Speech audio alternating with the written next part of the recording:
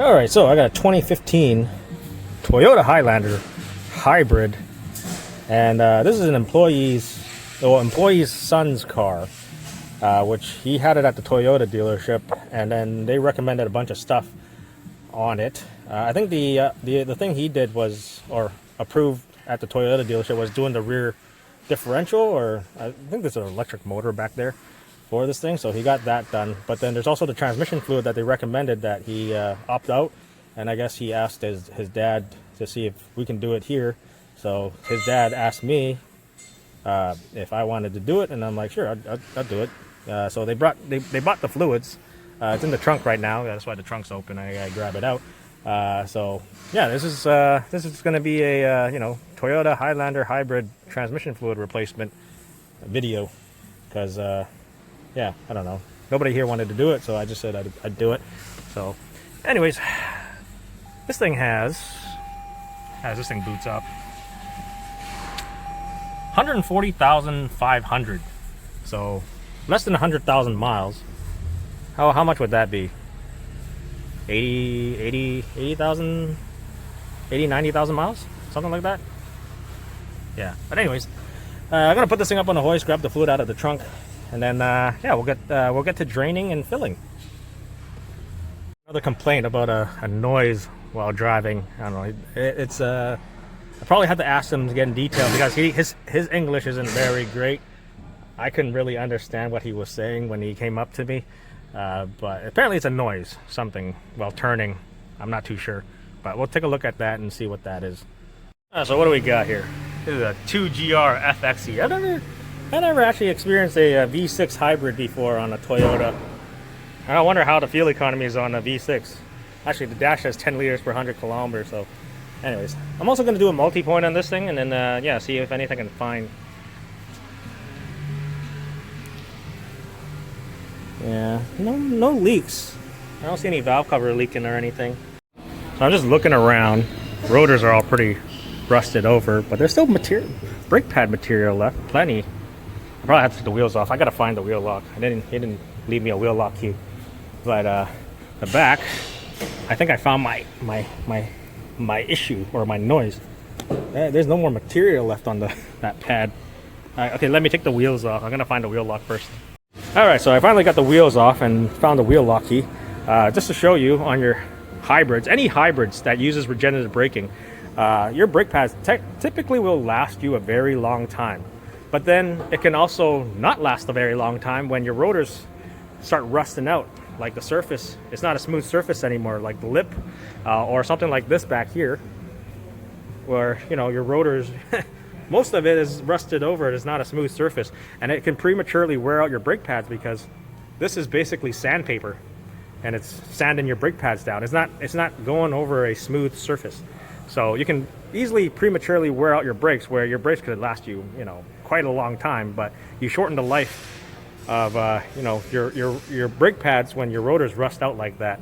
So it's also important to service your brakes on your hybrids, because they don't get used very often, and they're stuck in place. That will also prematurely wear out your brakes. But anyways, I'm gonna pull out the caliper and I'll show you how much brake pads are left on this thing. All right, so one thing I wanted to do was make sure the piston goes in, which it does, but just to show you how much brake pads are left. Nothing. Literally almost nothing. That's what the noise was, which they should have told them at the Toyota dealership if they did multi-point inspection. But look at that. So this was what's left of this brake pad, but I think this is because of the rusted over brake rotor on the inside that caused this, which is also why you should always check your brakes on your hybrids. There you go. See that rust lip? Rusted over. You only got this much of a smooth surface on the rotor, so this prematurely wears out your brakes, and then you're using more of this part because that friction material is already sanded down. So like I said, if you own a hybrid, make sure you check your brakes, right? Make sure you check your brakes. Also, they're not seized or something. That's why we do brake services, and it's more important on the hybrids now, because the brakes don't get used very much. So our issue is just worn out brakes on this hybrid. So just looking underneath here. Here's the drain plug. That might be the fill plug. But there's also another plug on this side, which I think this is going to be the level. It's kind of weird how they have it on both sides, because that one is below the axle and this one is above the axle. So yeah, so I'm gonna drain it. I'm gonna bust off both plugs before I drain it, and then I don't think he got me crush washers, so I have to find crush washers, because yeah, I think we have the same crush washer. Doesn't matter. It's an Allen. What size is it?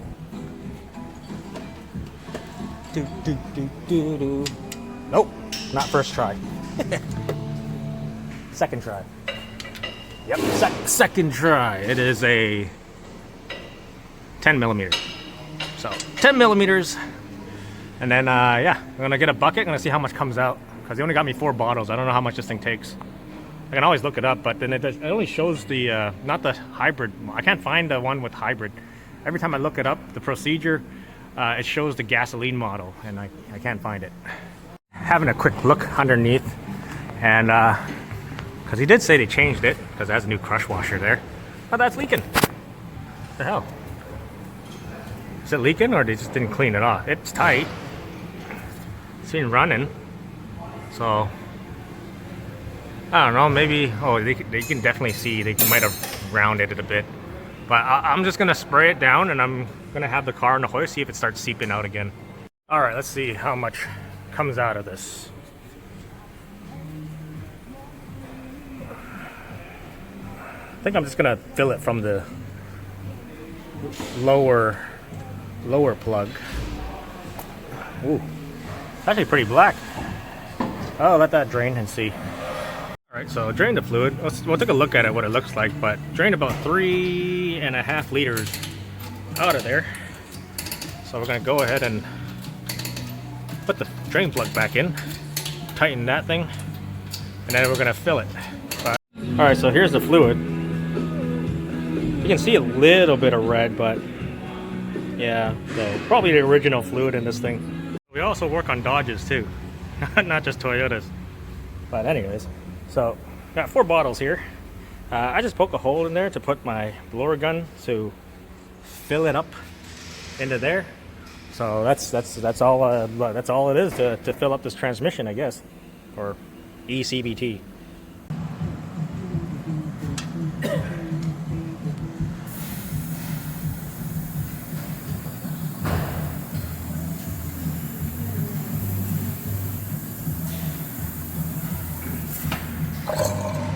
Alright, so I filled it until it started trickling out, right?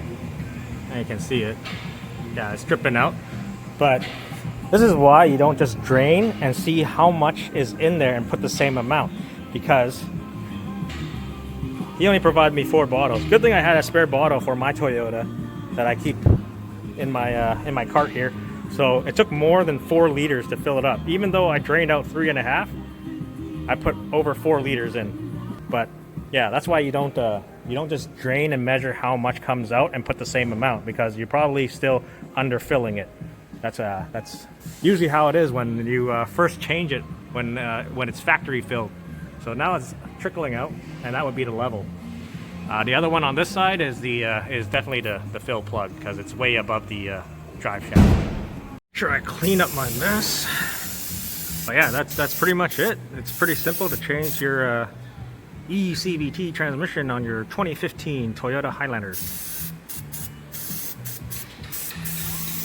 Yeah, other than that, I'm just waiting for his son to get me the brake parts, because I talked to him on the phone. I told him, I was like, yeah, just order it, and then yeah, I'll just throw them in for you. And yeah, that's pretty much it. There's a little crevice that transmission fluid puddles up in there, so